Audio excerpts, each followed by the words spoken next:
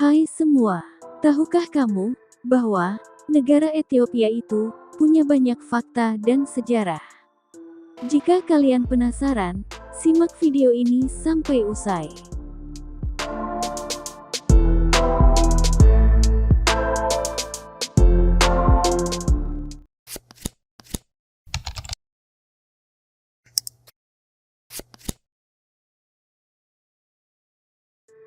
Pernahkah kalian berkunjung ke negara Ethiopia?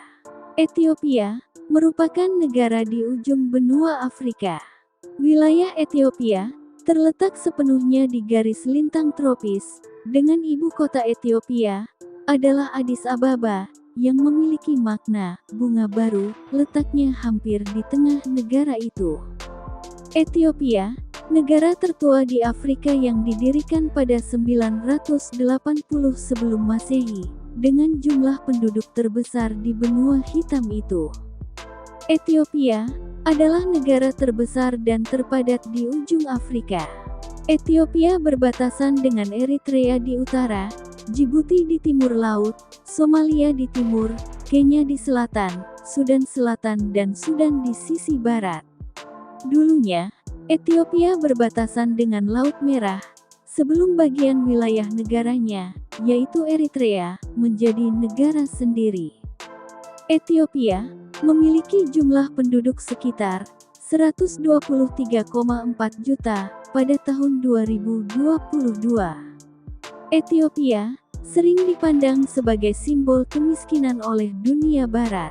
Negara ini sudah mengalami kemajuan yang signifikan dalam pengentasan kemiskinan. Masyarakat Ethiopia menjadi lebih produktif, sehat, dan terdidik seiring dengan upaya pemerintah, organisasi lokal, organisasi nirlaba internasional, dan masyarakat sendiri untuk mengangkat negara ini dari statusnya menjadi negara berkembang. Ethiopia, negeri asal yang menawan, berada di Afrika Timur Laut, dan merupakan rumah bagi beragam bentang alam, gurun, gunung berapi, dataran tinggi, dan tentu saja gereja-gereja pahatan batu yang terkenal. Kombinasi unik budaya Ethiopia, sejarah yang mengakar, dan bentang alam yang menakjubkan, menjadikannya salah satu tempat paling menarik di muka bumi. Dari kepercayaan legendaris, hingga waktu dan tanggal yang membingungkan. Nah, berikut ini adalah beberapa ulasan menarik dari negara Ethiopia.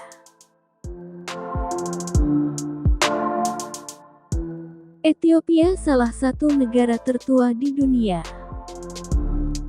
Luas wilayah Ethiopia bervariasi selama ribuan tahun keberadaannya. Di zaman kuno itu, Ethiopia tetap berpusat pada Aksum, ibu kota kekaisaran yang berada di bagian utara negara modern, sekitar 100 mil dari pantai Laut Merah. Wilayah saat ini dikonsolidasikan selama abad ke-19 dan ke-20 saat kekuatan Eropa merambah ke dalam domain sejarah Ethiopia. Ethiopia disorot pertama kali pada 1896 saat mengalahkan kolonial Italia dalam pertempuran Atwa, dan sekali lagi pada tahun 1935 sampai tahun 1936 ketika diserbu dan diduduki oleh fasis Italia. Ethiopia adalah salah satu negara merdeka pertama yang menandatangani Piagam Perserikatan Bangsa-Bangsa dan memberikan dukungan moral serta material untuk dekolonisasi Afrika dan pertumbuhan kerjasama Pan-Afrika.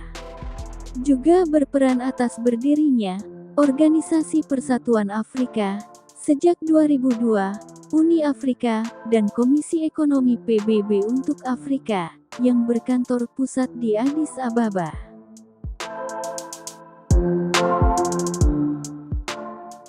Populasi terbesar kedua di Afrika. Republik Demokratik Federal Ethiopia adalah negara yang terkurung daratan di tempat yang disebut Tanduk Afrika. Perbukitan dan pegunungan hijau yang mengelilingi sebagian besar komunitas pedesaan, pertanian, dan danau tanah di Ethiopia, sumber sungai Nil Biru, memiliki sejarah yang kaya dalam tradisi Kristen. Dengan populasi 105 juta orang pada tahun 2017, dan naik menjadi 109 juta orang pada tahun 2019, dan di tahun 2022, populasi penduduk Ethiopia sekitar 123,4 juta penduduk. Ethiopia juga merupakan salah satu negara dengan populasi terpadat di Afrika, kedua setelah Nigeria. Di negara-negara barat, Ethiopia sering dipandang sebagai lambang kemiskinan. Sejarah penjajahan menghasilkan politik dan krisis pengungsi yang disebabkan oleh negara-negara sekitar Ethiopia yang dilanda perang telah berkontribusi pada buruknya status ekonomi dan persepsi global negara-negara tersebut. Terlepas dari tantangan yang mereka hadapi, data menunjukkan bahwa masyarakat Ethiopia berupaya menuju masa depan yang lebih baik.